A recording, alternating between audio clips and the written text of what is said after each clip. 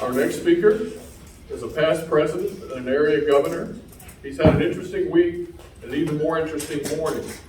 He's extremely happy to be here. His speech titled, Away with Cancel Culture.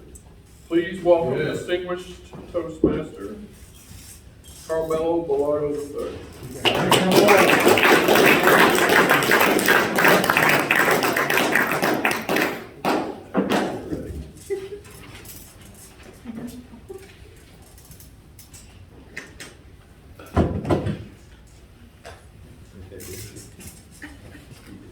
This week was a very busy week for me, and I'm gonna come clean with you. That's my Queen's lingo, I'm gonna. I am woefully unprepared to speak today, which created a choice for me. Do I try desperately to find a replacement so I'm off the hook? Maybe. I asked a couple of people. They said no. Shock, shock. The other choice I had was to take the challenge. So what did I ask myself? What are my go-tos? What are my go-to topics? Concerts, right? And politics. I went with politics. But I'm not here to inveigle you to think one way or another. I am just here to inform you about what's happening. And cancel culture. When I was a kid, this happened twice in my life, where I would spend time with people, my friends, or my girlfriend, and their families, and they would get to know me. But they wouldn't ask me where I was from, or what my nationality was, or anything. And then words come out of people's mouths. People say things, and what's in their heart comes out. And then when they ask you, so Melo, you're Italian, right? Said, no, Mrs. Smith, I'm Puerto Rican. And then Mr. Smith turns white, puts his fork down, gets up from the dinner table, and walks out of the room, embarrassed. Because he's used all kinds of bad words, racial epithets, in the many years that I've known him. And he just realized, uh-oh, that was bad. Happened again with my girlfriend's mother. Same thing. She got up and left the table. She literally gets up and leaves the room. But I didn't cancel them. These people both had very good traits about themselves. They took care of their families. My girlfriend's mother cooked really well. I ate a lot of food.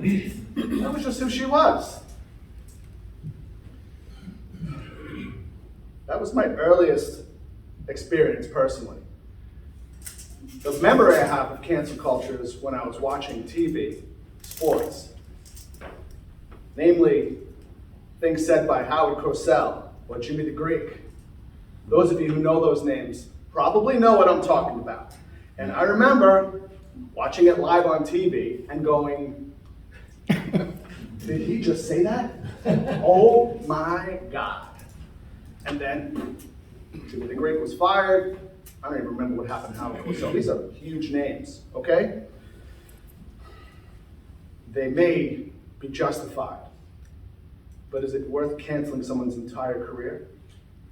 That's a good question. Today, folks are canceled every day. People kicked off of Twitter, Facebook, for just having an opinion, for just voicing an opinion or posting something that somebody else posted. Their account's canceled, closed.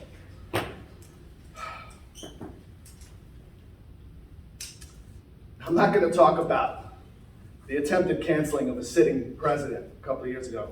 I'm not going to talk about that. But it's commonplace today. It is commonplace today for people to get canceled. Is it right?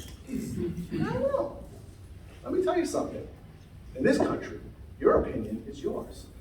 And you have the God-given right to have it, whether or not I'm offended by it or not. That's the great thing about this country. There's a podcaster, his name is Joe Rogan. I don't know how many of you know him, but he has a podcast that he does live productions 3 times a week. They range from 2.5 to 3.5 hours long. He has a huge array of people that he has interviewed from all aspects of life, political spectrum, this side to that side, he gets them on and asks them real questions, has real conversations. Sometimes he smokes a little weed and has a couple of drinks, and by the end of the podcast, the interviewee is bombed, and that's always interesting. But he's got the most popular thing now. He's got more viewers on a live broadcast, which is most of the time in the middle of the day. He's got more viewers than all of the primetime shows combined. What does that tell you? That tells you people are interested in different content than what's on regular TV. Let's just say he's very popular.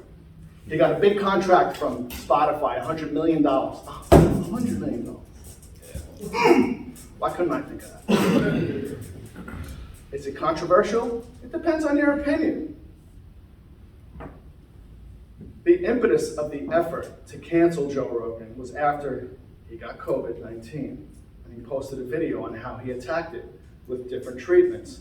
Treatments that are considered bad by CDC, FDA, WHO. How many of you trust those organizations? Well, within 2 days, he was better, symptom-free, he was tested negative. I guess it worked. He had Dr. Sanjay Gupta from CNN. Sanjay Gupta's a big name. He's CNN's medical guy. He's the top guy at CNN. And he basically admitted on Joe's podcast that CNN lied when they said that he took horse dewormer for COVID. That was slander. Now, you guys know that CNN's been sued for hundreds and hundreds of millions of dollars, and they've lost every single one of those suits. The canceling continued. He had a doctor on and interviewed who gave facts after fact after fact after medical study about different things with the COVID situation, which went against the grain from those organizations I just mentioned. And the canceling continued. Then he came out with a video of him from, 10, 15 years ago, saying some pretty bad stuff, okay? It's bad. Certain words we just don't say anymore. And that's probably a good thing. However, does he deserve to be canceled by something he said 15 years ago? I mean, if you looked on YouTube, you used to be able to find videos of the former vice president who's sitting in the White House, and he said some very bad things. And occasionally, he says them today, but he's not canceled.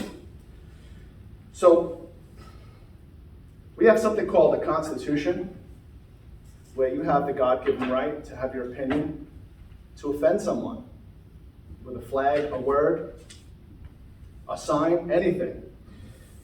What I'm asking you guys to do, by the way, this is an extra copy if anybody wants it, pay attention to what's going on. Please pay attention, because your rights are being chiseled away right before your eyes. Please pay attention. This is also